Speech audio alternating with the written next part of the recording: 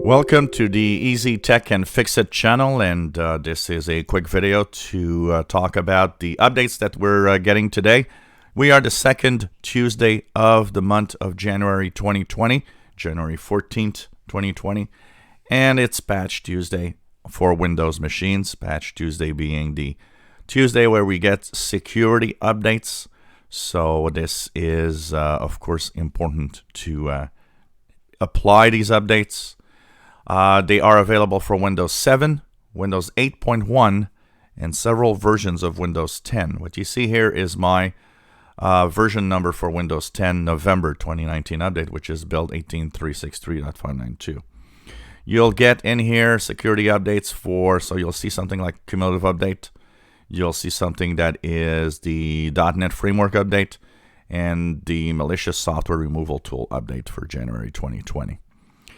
Note that if you're on Windows 7, this is the last update you are getting.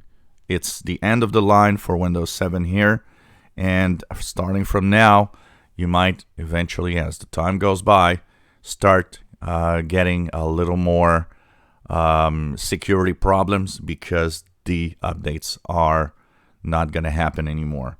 So the last one to apply today for Windows 7. Of course, on Windows 8.1, you guys got updates, and you guys got updates until 2023, so you'll be okay for a while. And finally, Windows 10 versions. The October 2018 update, the May 2019 update, and the November 2019 update are getting updates. So these, of course, are the security updates. If you're earlier than that, if you stayed at the version 1803, the early version for the 2018, you don't have any more of these updates. So you got to move on to a further version of Windows 10 if you want to have updates. You are out of updates now, so you got to move to a new version. I recommend that you move to the November 2019 update, honestly. So, Patch Tuesday security updates are upon us, so apply these updates. It's very important to stay safe online, and one of them is the cryptography update, security update.